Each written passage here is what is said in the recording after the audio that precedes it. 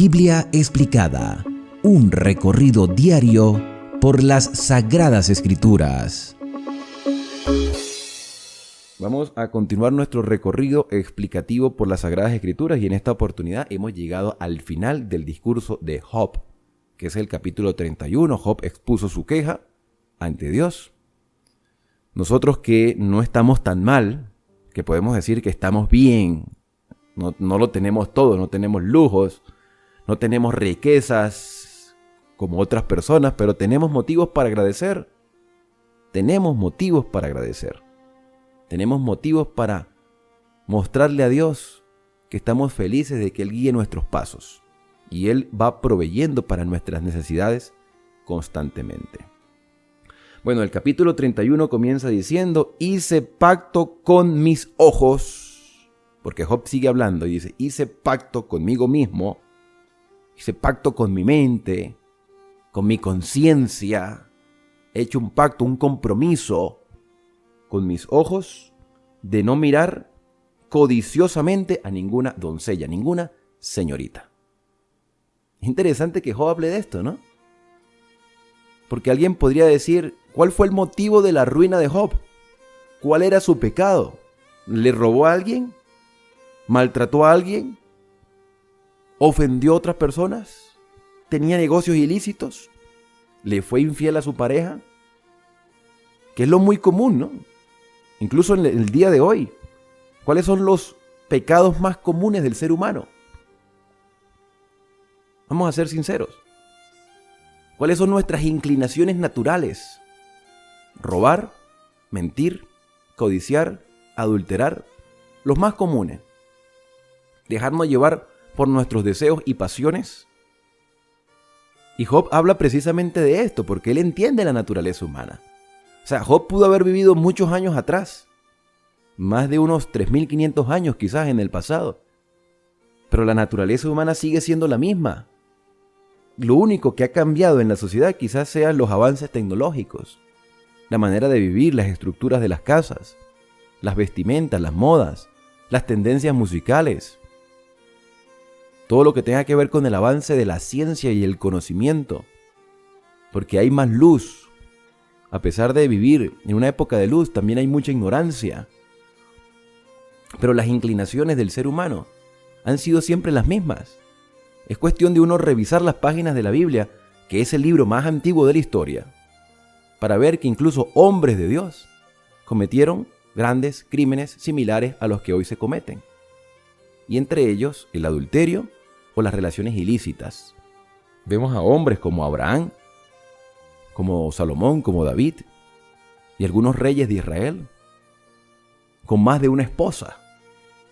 Y algunos dicen: no, es que era algo cultural, y aquí hemos venido diciendo que no es una cuestión de cultura, es una cuestión de principios. Alguien me decía que tener varias esposas antes de la ley que Dios le dio a Moisés no era pecado. Pero ¿cuántas esposas le hizo Dios a Adán? ¿Cuántas mujeres le colocó? Si Dios hubiese hecho varias mujeres y hubiese dicho: escoge la que quieras, entonces yo digo: ¿verdad que sí? Antes de los 10 mandamientos, como que Dios corrigió la circunstancia y dijo: bueno, no cometas adulterio, no tengas otra mujer. Y este tema es un poco también complicado, porque a veces nosotros queremos es satisfacer nuestras inclinaciones, porque el ser humano, vamos a hablar principalmente del hombre. Algunas mujeres quizás tengan esa misma tendencia, pero mayormente los hombres somos inclinados al deseo de tener más de una relación, porque esa es la inclinación del ser humano. Y Dios ha creado un principio, y Dios ha establecido un principio. Entonces ahí tenemos dos naturalezas: la que nos dice lo que es correcto a través del Espíritu Santo, y la que dice lo que me gustaría hacer o tener o disfrutar. Y hay una lucha, ahí hay un conflicto. Pero Job dice: ese no era mi problema. Mi problema no era ese, porque yo hice un pacto con mis ojos, con mi mente, con mi conciencia, de no desear ninguna doncella, de no serle infiel a mi pareja. Y sigue diciendo el relato: porque ¿qué galardón me daría Dios y qué herencia el Todopoderoso? ¿Se dan cuenta que él sabía que eso estaba mal, aunque no existían los 10 mandamientos escritos en tablas de piedra todavía? Pero había un principio establecido. ¿Acaso no hay ruina para el impío y un desastre para los que obran iniquidad? ¿Por qué hay tantos hogares destruidos? ¿Por qué hay tanto conflicto en el hogar?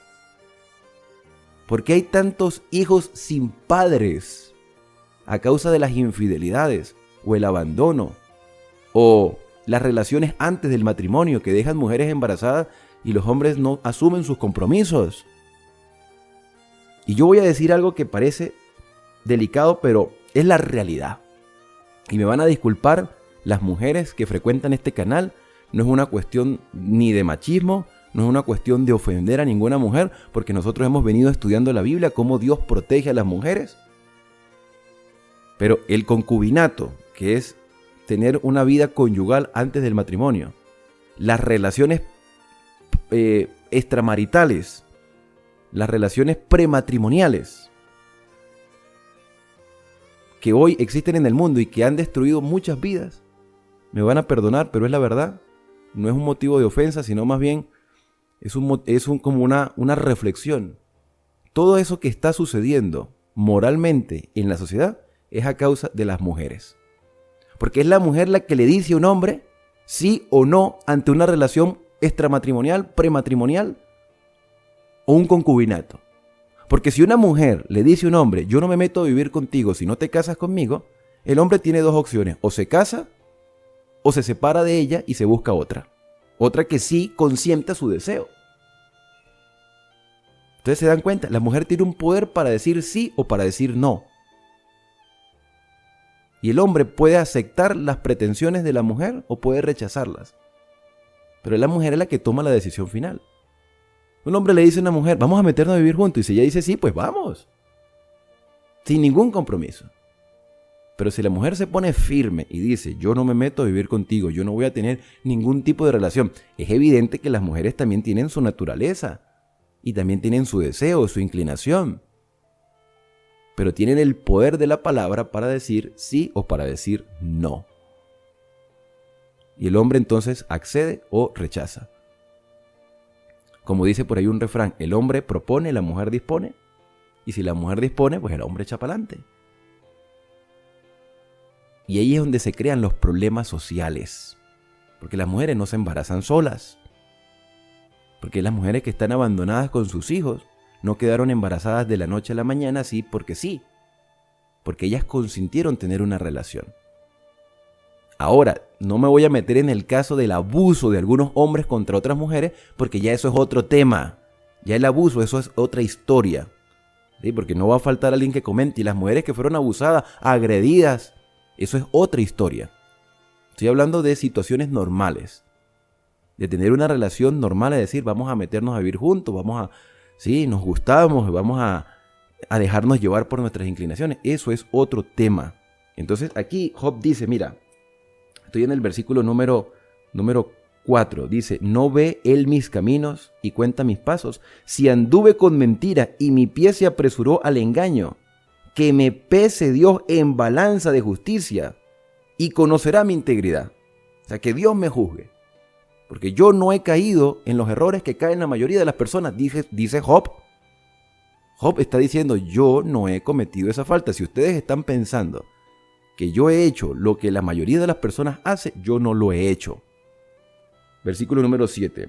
Si mis pasos se apartaron del camino y mi corazón se fue tras mis ojos, si algo manchado se pegó a mis manos, entonces siembro yo y que otro coma. Versículo número 8, parte final, sea arrancada mi siembra.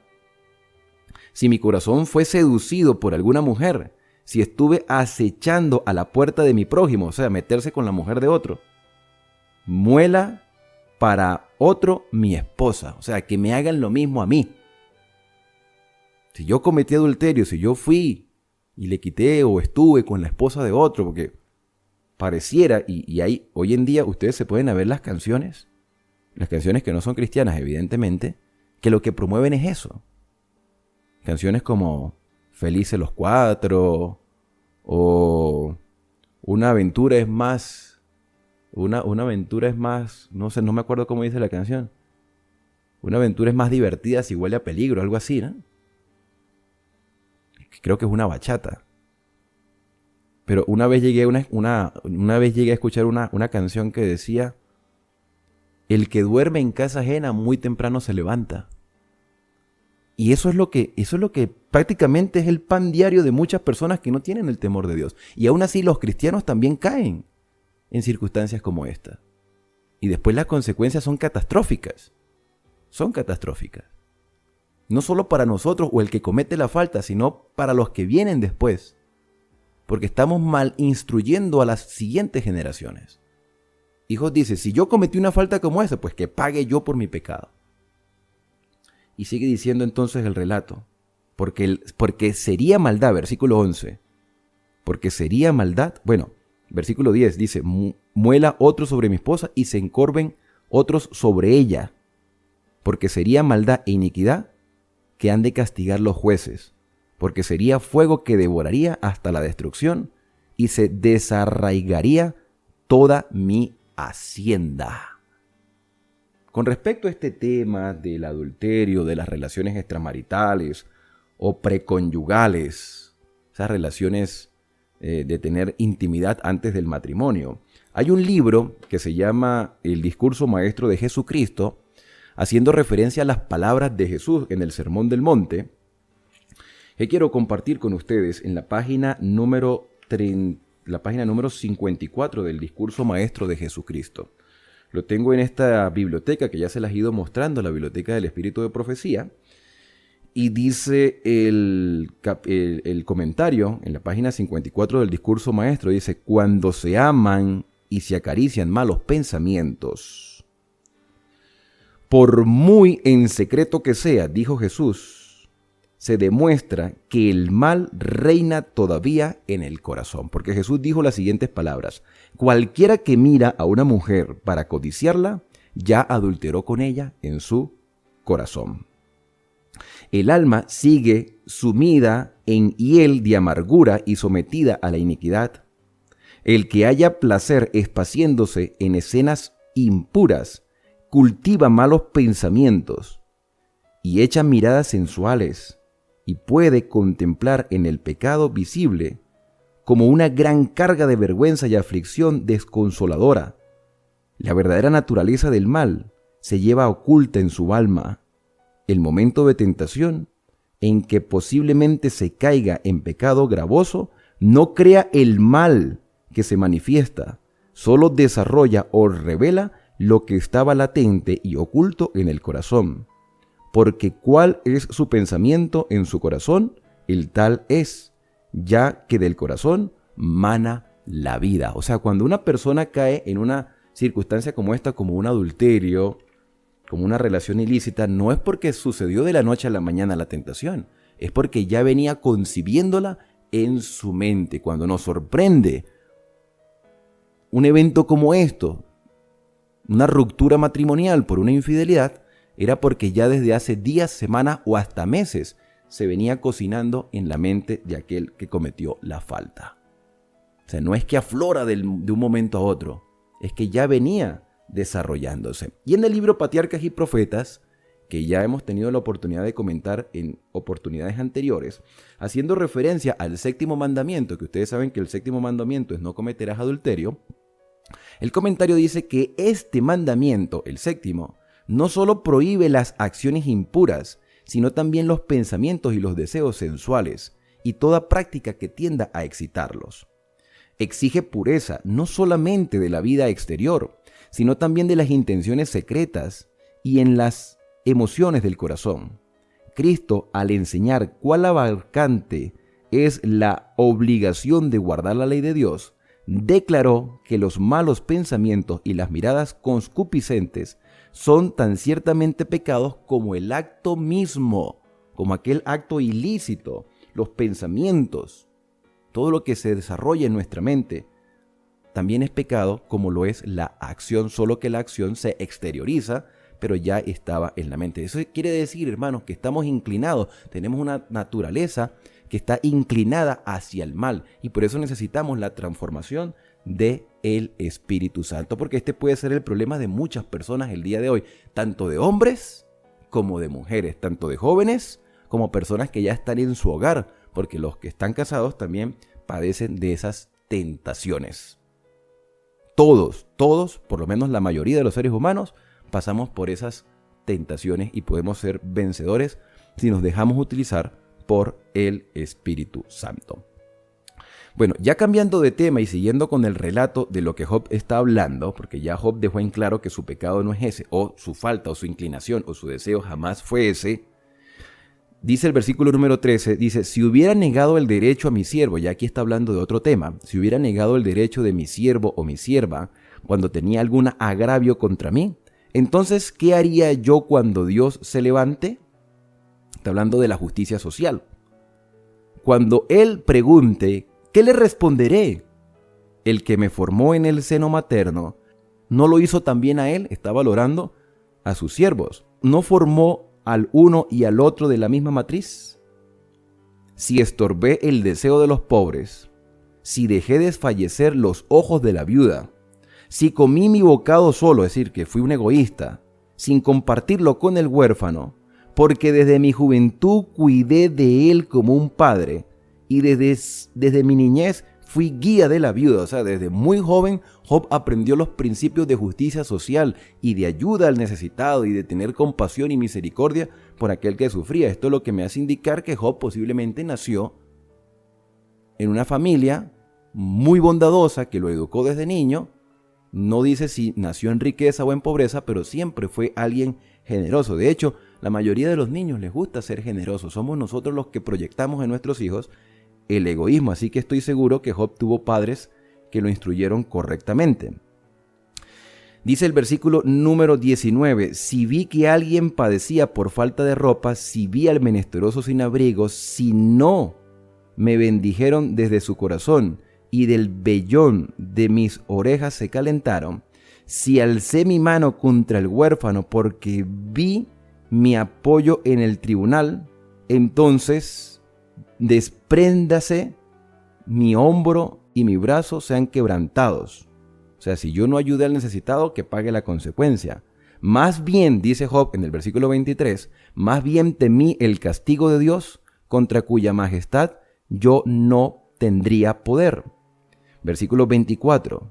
Si puse en el oro mi esperanza, o sea, en las riquezas, en las posesiones materiales, y al oro dije, mi confianza eres tú, si me alegré de que mi hacienda se multiplicara y que mi mano hallase mucho, si he mirado al sol cuando resplandecía y a la luna cuando iba hermosa, y mi corazón se engañó en secreto, y mi boca les mandó un beso de adoración con mi mano, esto también sería maldad digna de juicio, porque habría negado al soberano Dios. Es decir, si me sentía superior a los demás, si ponía mi confianza en la riqueza, si humillaba a los demás porque yo los veía yo arriba y ustedes abajo, entonces que me castigue Dios por eso. O sea, Job está aceptando que esas acciones o esas intenciones son dignas de castigo, pero como él no ha hecho nada de eso, entonces le expresa a Dios su dolor, su tristeza y pide respuestas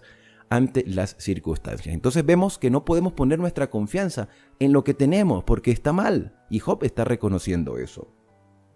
En el libro Testimonios para la Iglesia tomo 2, que hice referencia hace poco, en este libro Testimonios, vamos a pasar a otra página porque hay un comentario con respecto al peligro de confiar en lo que tenemos.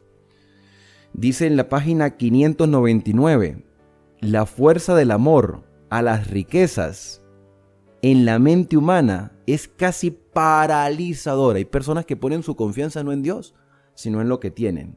Muchos se emboban por las riquezas y actúan como si no estuvieran en su sano juicio.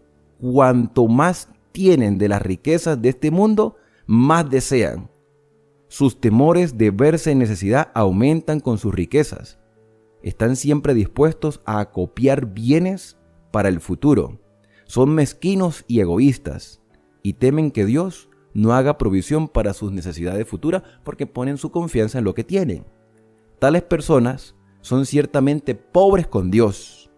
A medida que se han acumulado sus riquezas, han puesto su confianza en ellas y no han tenido fe en Dios ni en sus promesas. ¿Dónde pones tú tu confianza en este día, hermano? Job dice, si yo he puesto mi confianza en el oro, y si he humillado a los demás porque yo estoy por encima de ellos, entonces que Dios me castigue por eso. No podemos poner la confianza en las posesiones materiales porque hoy la tenemos y mañana no. Ya a partir del versículo 29, Job empieza a dar sus últimas palabras. Dice, si me alegré por la desgracia del que me aborrecía y me regocijé cuando halló el mal, o sea, cuando a alguien le fue mal, ni aún entregué mi boca al pecado pidiendo maldición por su vida. Si mis domésticos no dijeron, ¿quién no se sació de sus alimentos? Hasta el extranjero no pasaba fuera la noche. Mis puertas abría al caminante. Él muestra que fue bondadoso. Si encubrí como los hombres mis transgresiones y escondí en mi seno mi iniquidad, por temor a la gran multitud y al menosprecio de las familias, y callé y no salí de mi puerta, ¿quién me diera que alguien me oyese? Aquí termino mi defensa. Que el Todopoderoso me responda. Aunque mi adversario escriba contra mí, ciertamente lo llevaría sobre mi hombro, lo ceñiría como una corona, le contaría el número de mis pasos y me llegaría a él como a un príncipe. Si mi tierra clama contra mí y lloran todos sus surcos, si comí su fruto sin pagarlo, si afligí a sus dueños, en lugar de trigo que nazcan abrojos, o sea, si hice mal, que pague la consecuencia, y espinos en lugar de cebada. Y dice la parte final del versículo 40, fin de las palabras de Job. Job termina su discurso diciendo, si yo hice mal, si yo robé, si yo maltraté, si yo adulteré, si yo ofendí, si yo rebajé la vida de otras personas, entonces lo justo es que yo pague por todo lo que estoy haciendo. Job reconoce que toda acción, toda intención, todo pecado, toda maldad tiene una consecuencia. Él lo está reconociendo. Pero él hace un autoanálisis de su vida. Él registra su corazón, registra su mente y se acerca a Dios y dice, Señor, tú sabes muy bien que yo he tratado de hacer todas las cosas conforme a se me ha enseñado desde niño. He tratado de hacer las cosas conforme a tu voluntad. He ayudado al menesteroso. He tratado de ser una persona bondadosa con los demás. Júzgame tú, y si un ser humano me juzga, pues bueno, ya no tengo más nada que decir. Y ya Job termina su discurso, deja de hablar, ya expresó todo lo que había en su corazón, solo le quedaba esperar la respuesta de Dios. ¿Estás tú esperando una respuesta de Dios en este día? Pues Dios va a hablar en su momento, en el momento indicado, cuando Él lo designe, Él responderá y Él está dispuesto a responderte hoy a través de su palabra. Esto, hermano, es un mensaje que nos ayuda a confiar más en el Señor, a ejercer más fe, a no perder la esperanza porque Dios siempre va a querer lo mejor para ti y para mí, aunque hoy no lo entendamos. ¿Estás tú dispuesto a hacer un pacto de fidelidad y a confiar en sus promesas hasta que Él venga a buscarnos? La decisión está en tu mano. Por ahora hemos terminado con este análisis de las Sagradas Escrituras, terminamos con el discurso de Job.